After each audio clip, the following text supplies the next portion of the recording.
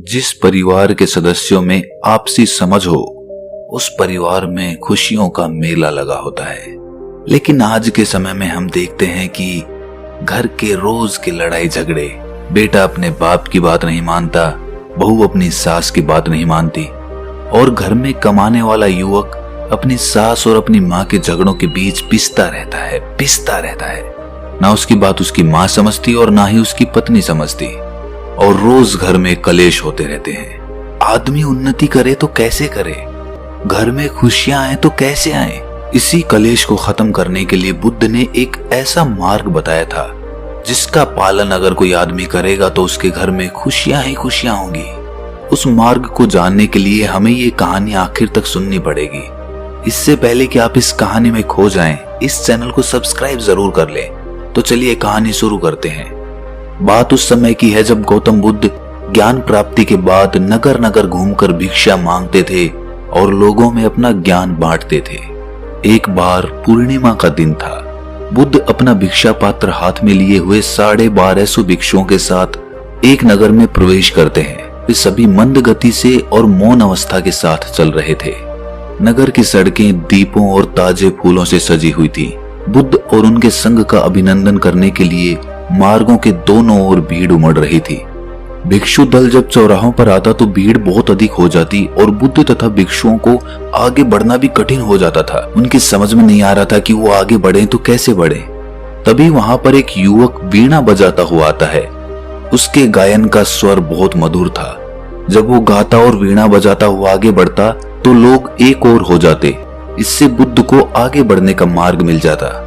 वो युवा गाता रहा और बुद्ध के लिए भीड़ में से रास्ता निकालता रहा, और बुद्ध और सभी भिक्षु राजा के द्वार तक पहुंच गए। उस नगर के राजा बिंबिसार ने उन्हें अपने यहाँ पर भोज के लिए आमंत्रित किया था। राजा बिंबिसार 6000 आमंत्रित अतिथियों एवं अनुचरों के साथ बुद्ध का स्वागत करने द्वार तक आए और बुद्ध एवं भिक्षु दल को राजमहल के प्रांगण में ले गए, जहाँ अतिथियों की धूप से रक्षा करने के लिए विशाल शामियाना तना हुआ था। प्रांगण के मध्य में बुद्ध को परम आदर सहित बैठाया गया। भिक्षुओं के लिए भी स्थान सावधानी पूर्वक बनाया गया था। जब बुद्ध अपने स्थान पर आसीन हुए तो राजा ने अन्य सभी को अपने अपने आसनों पर विराजमान होने का निवेदन किया। इसके बाद बुद्ध और दूसरे भिक्षुओं ने भोजन ग्रहण करना शुरू किया। राजा बिंबिसार और दूसरे लोग उस समय पूर्णतः मौन रहे जब तक बुद्ध और भिक्षुओं ने भोजन ग्रहण नहीं किया। उनकी शांत तथा आनंदपूर्ण मुद्रा से समस्त राज्य के अतिथि अत्यधिक प्रभावित हुए। जब बुद्ध और 1200 भिक्षु भोजन कर चुके तो उनके भिक्षा पात्र ले लिए गए और उन्हें साफ करके उन्हें लौटा दिए गए। इसके बाद राजा बिंबिसार ने बुद्ध की ओर अभिमुख होकर हाथ जोड़े। राजा की इच्छा समझते हुए बुद्ध ने धर्म की देशना आरंभ की। उन्होंने पंचशील मार्ग की चर्चा करते हुए कहा कि इन्हें जो भी व्यक्ति अपनाता है उसके परिवार में और उसके राज्य में हमेशा शांति एवं प्रसन्नता बनी रहेगी। घर में खुशियां ही खुशियां होंगी। लेकिन अगर वो इस पंचशील मार्ग का पालन नहीं करते हैं तो उनका परिवार दुखों से ग्रस्त रहेगा और घर में कलेश होते ही रहेंगे। इसके बाद उन्होंने बताना शुरू किया कि पहला शील है जीव हिंसा से विरत रहना। आप सोच रहे होंगे कि जीव हिंसा से परिवार की खुशियों का क्या लेना देना। इस पर बुद्ध ने बताया कि इस शील का पालन करने से करुणा भाव जागृत होता है। सभी प्राणियों को मृत्यु का डर होता है। जैसे हमें अपने प्राणों का मोह होता है, उसी तरह हमें अन्य प्राणियों के प्राणों को समझना चाहिए। हमें केवल मानव हिंसा ही नहीं करनी चाहिए, वरन अन्य प्राणियों की हत्या करने से भी बचना चाहिए। हमें मनुष्य, पशुओं और पेड़ पौधों के साथ भी अहिंसा के भाव से रहना चाहिए। यदि हम अपने हृदय में प्रेम का भाव रखें तो हम कष्टों को कम करके जीवन को आनंदपूर्ण बना सकते हैं। यदि प्रत्येक नागरिक अहिंसा का व्रत ले ले तो सभी परिवारों में शांति बनी रहेगी। जब लोग एक दूसरे के जीवन का आदर करेंगे तो पड़ोसी पड़ोसी में और घर के सदस्यों में कोई कलह नहीं होगी। दूसरा शील है चोरी से विरत रहना। किसी आदमी को यह अधिकार नहीं कि वो दूसरों की कमाई से अर्जित धन संपदा खुद इस्तेमाल करे। दूसरे की वस्तुओं को हथियाने का प्रयास करना दूसरे शील का उल्लंघन है। दूसरों को धोखा मत दो या अपने प्रभाव का प्रयोग करके अन्य सदस्यों की वस्तुएं मत छीनो। हम देखते हैं कि परिवार में ज्यादातर झगड़े इसी बात पर पनपते हैं कि घर का दूसरा सदस्य कमा रहा होता है जबकि पहला सदस्य बैठकर खा रहा होता है। लेकिन दूसरा सदस्य कब तक कमाएगा? उसकी खून पसीने की कमाई उसी की है, उस पर उसी का हक है। और जब आप सक्षम होते हुए भी नहीं कमाएंगे तो स्पष्ट है कि घर में लड़ाई झगड़े पनपेंगे ही। एक उम्र तक बाप का हक होता है बेटे को पालना पोसना, लेकिन उस उम्र के बाद भी जब बेटा कमाने नहीं लगता तो बाप को गुस्सा आने लगता है, जिससे घर में लड़ाई झगड़े पनपने लगते हैं। और यही कहानी भाइयों की होती है। दो भाइयों में से एक भाई कमा रहा होता है और दूसरा बैठ के खा रहा होता है। इससे परिवार फटने लगता है। इसीलिए दूसरों की कमाई पर निर्भर ना रहें। अगर आप खुद सक्षम है काम करने के तो खुद खून पसीने की कमाई से अपना धन जुटाएं। इससे परिवार में बंटवारा नहीं होगा। तीसरा शील है व्यभिचार से विरत रहना, यानी कि शरीर संबंध केवल पति पत्नी के बीच रहने चाहिए। इस शील का पालन करने से परिवार में विश्वास और खुशी बढ़ती है। यदि आप प्रसन्नता चाहते हैं, घर में खुशी चाहते हैं, तो बहुत सी रखेलों को मत रखिए। आजकल हम देखते हैं कि समाज में कितने तलाक हो रहे हैं। पति पत्नी में विश्वास ही नहीं रहा है। अगर पति अपने काम के सिलसिले में किसी औरत से बात कर रहा है तो पत्नी को शक हो जाता है, और यही बात पत्नी के साथ भी लागू हो जाती है, जिससे दोनों में विश्वास की बुनियाद नहीं बन पाती है। और अगर पति पत्नी में ही विश्वास नहीं रहेगा तो परिवार कैसे चलेगा? परिवार में खुशियां ही कैसे आएंगी? लेकिन अगर आपका आचार व्यवहार अच्छा है तो पति और पत्नी दोनों को एक दूसरे के बारे में पता चल ही जाता है, क्योंकि वो दोनों एक दूसरे के बहुत करीब होते हैं। तो अगर आप अपनी जगह सही हैं तो आपका परिवार हमेशा बना रहेगा और उसमें खुशियां भी आएंगी। चौथा शील है असत्य भाषण से दूर रहना। ऐसे वचन मत बोलिए जिससे विभाजन हो या घृणा बढ़े। आपके वचन सत्य पर आधारित होने चाहिए। हाँ कहने का अर्थ हाँ हो और नहीं कहने का अर्थ नहीं। शब्दों में विश्वास और प्रसन्नता जगाने की शक्ति होती है। शब्द ही गलतफहमी और घृणा भी पैदा कर सकते हैं, यहाँ तक कि उनके कारण हत्या और युद्ध होना भी संभव होता है।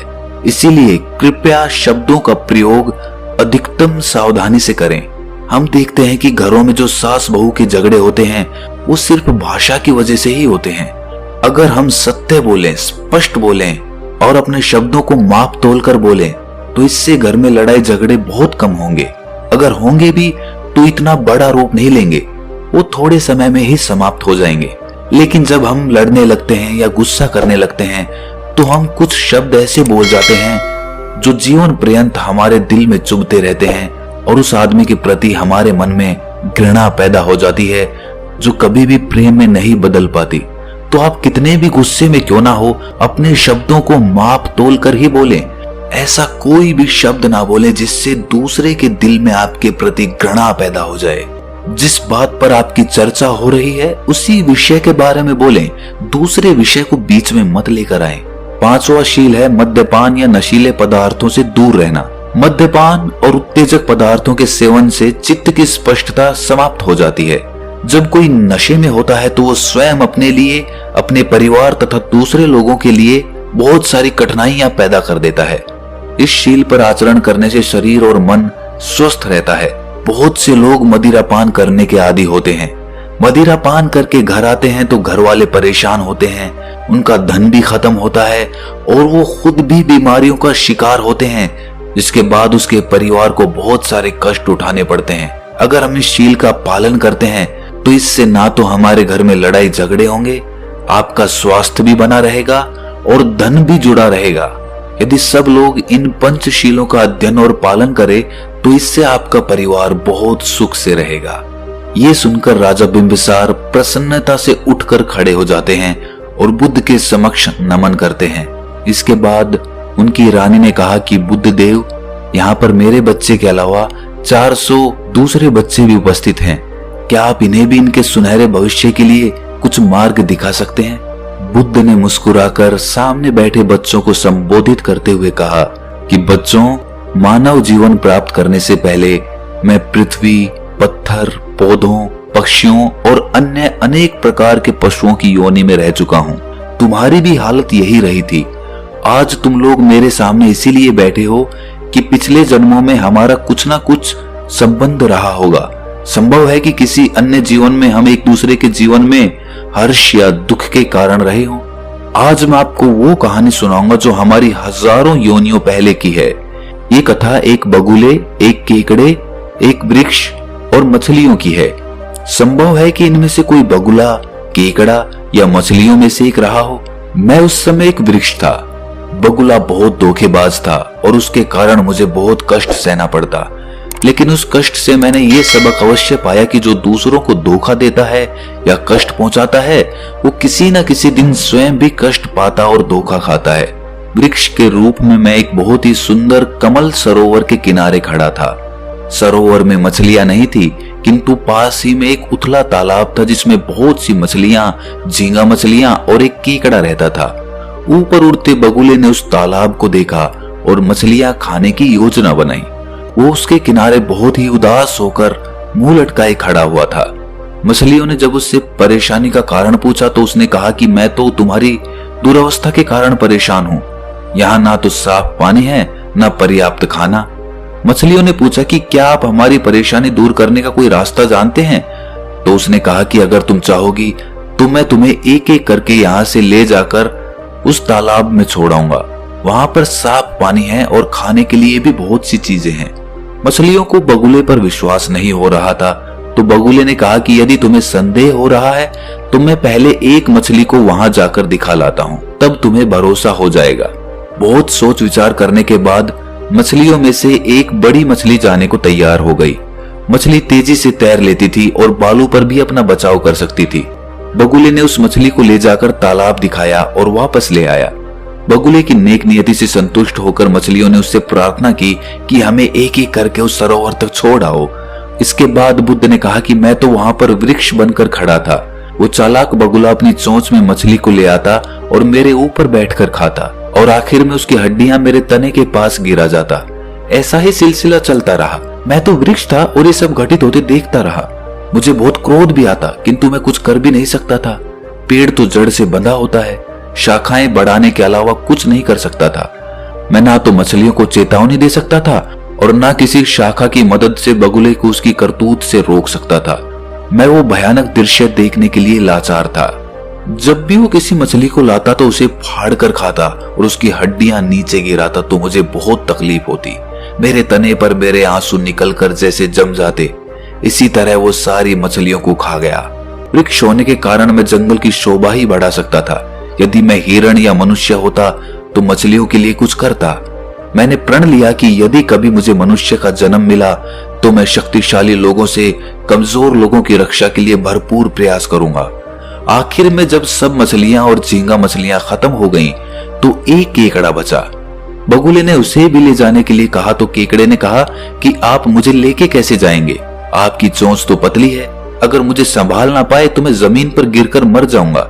इसीलिए अगर मुझे ले चलना है तो अपने दोनों पंजों से मैं आपका गला पकड़ लेता हूँ। सरोवर में पहुंचकर मैं आपका गला छोड़ दूंगा।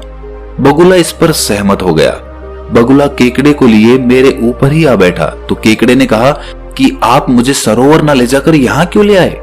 तो बगुले ने कहा कि कोई भी बगुला इतना मूर्ख नहीं हो सकता कि मछलियों को एक तालाब से दूसरे तालाब तक ले जाकर छोड़ता फिरे।